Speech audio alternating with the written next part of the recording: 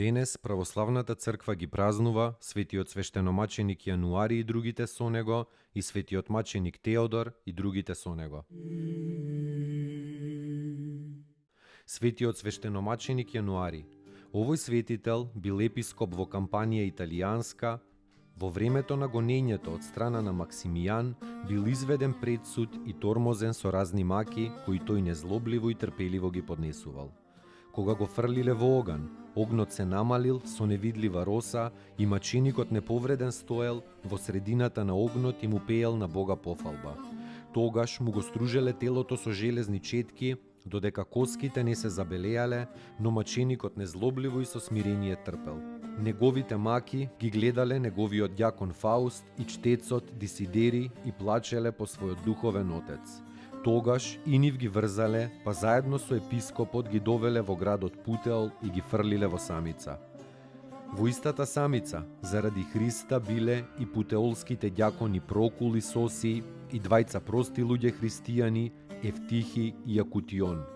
Утредента сите се думмина ги фрлиле пред зверови, но зверовите не се ни допреле до нив.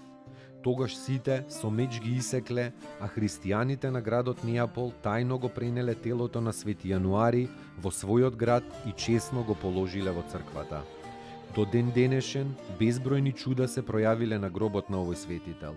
Меѓу многуте чуда запамтено и тоа дека една бедна вдовица, на која и умрел синот единец, ја зела од црквата иконата на свети Јануари и ја положила на своето мртво чедо, плачејки и молејки му се на светителот и нејзиниот син оживеал. Свети Јануари чесно пострадал во 305 година. Светиот маченик Теодор и други со него. Пострадал за верата Христова во Перга Памфилиска во времето на царот Антонин. Свети Теодор бил млад и убав во лицето. Кога намесникот на таа област го избрал заедно со други момчиња, кои требало да се испратат на служба во царскиот двор, Теодор се спротивставил и изјавил дека тој е христијанин. Поради тоа бил мачен со разни маки, па фрлен на оган. Но од земјата избила вода и го изгаснала огнот. Намесникот тоа го препишувал на некакви магии на Теодор, а маченикот му рекол: "Ова не е дело на мојата сила, ами на Христа мојот Бог. А ако сакаш да ја познаеш силата на твоите богови, наложи друг оган и фрли еден од твоите војници, па се надевам дека ќе ја познаеш нивната сила и се моќта на мојот Бог."